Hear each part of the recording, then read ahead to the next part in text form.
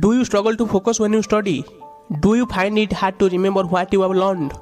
Well, there is a powerful tool that can help you improve your focus, recall information more easily, and achieve your study goals. And that tool is visualization. Visualization is a technique that involves creating a mental image of what you want to achieve. When you visualize, you activate the same areas of brain that are used when you actually perform the task. This can help you improve your performance when you are studying. If you are struggling to focus when you study, you can visualize yourself sitting down and concentrating on your work. You can imagine the feeling of fully engaged and productive. This can help positive association with studying and make it easier to get distracted. Visualization helps you remember information more easily. You can create mental images of concepts you are studying and associate with them something you already know, and visualize yourself using that information in real life situations. Finally, visualization can help you achieve your study goals.